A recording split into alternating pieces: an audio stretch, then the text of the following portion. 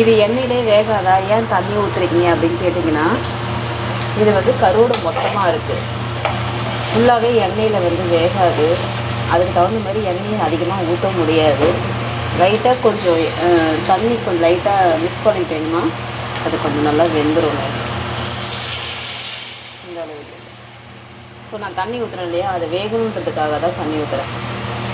So இப்போ வந்து அது அழகாக அது வந்து பொரிச்ச உடனே தண்ணி ஈர்த்ததுக்கு பிறகு நான் உங்கள்கிட்ட காமிக்கிறேன் எப்படி இருக்குன்னு. ஏன்னா அது வேகணும். அம்மாவால் கொஞ்சம் வந்து அவங்களால கடித்து இழுக்க முடியாது. அதனால தான் நான் வந்து லைட்டாக நமக்கு சாப்பிட்றதுக்கு மட்டும் செய்யக்கூடாது, மற்றவங்களும் சாப்பிட்ணும் அப்படின்னு நினச்சிக்கிட்டு செய்யணும்.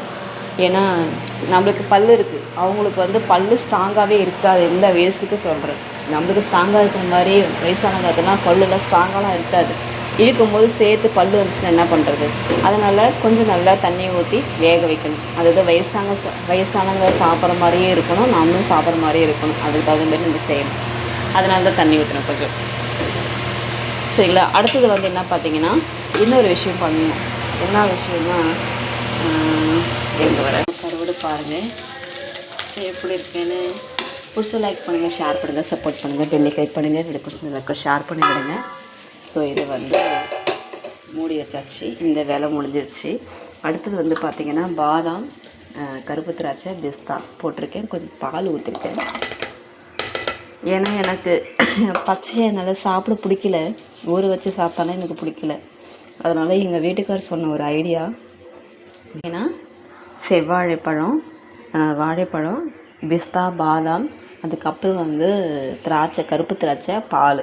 ஸோ இது வந்து மிக்ஸ் பண்ண போகிறேன், அரைக்க போகிறேன். இது வந்து பாதி தான் போட்டிருக்கேன், இன்னும் பாதி போடலை. ஹாய் ஃப்ரெண்ட்ஸ், நம்ம வந்து இது வந்து ஜூஸ் மாதிரி குடிக்க போகிறேன். வேலை முடிஞ்சிடுச்சு, விலைக்கெல்லாம் ஏற்றி முடிச்சிட்டேன். ஸோ நான் ஜூஸ் மாதிரி குடிக்க போகிறேங்க. காலையில் டீ கட் பண்ணிவிட்டு, ஏன்னா டீ அதிகமாக நான் குடிக்கிறேன்னா அதனால் டீயை கட் பண்ணிவிட்டு நம்ம இது குடிப்போம். ஏன்னா வந்து எனக்கு நான் ஊற வச்சு எது சாப்பிட்டாலும் எனக்கு பிடிக்க மாட்டேங்குது. பாதாம் பிஸ்தாவே எனக்கு சுத்தமாக எனக்கு பிடிக்காது. பட் இருந்தாலும் எங்கள் வீட்டுக்கார் திட்டுறாரு, நீ என்ன இதுமாரி இருக்கிறதா என்ன தான் பண்ணுறது அப்படின்னு. ஸோ எல்லாருமே என்ன கேட்குறாங்க, இழைச்சிட்ட நீ ஏன் இழைச்சிட்டன்னு கேட்குறாங்க.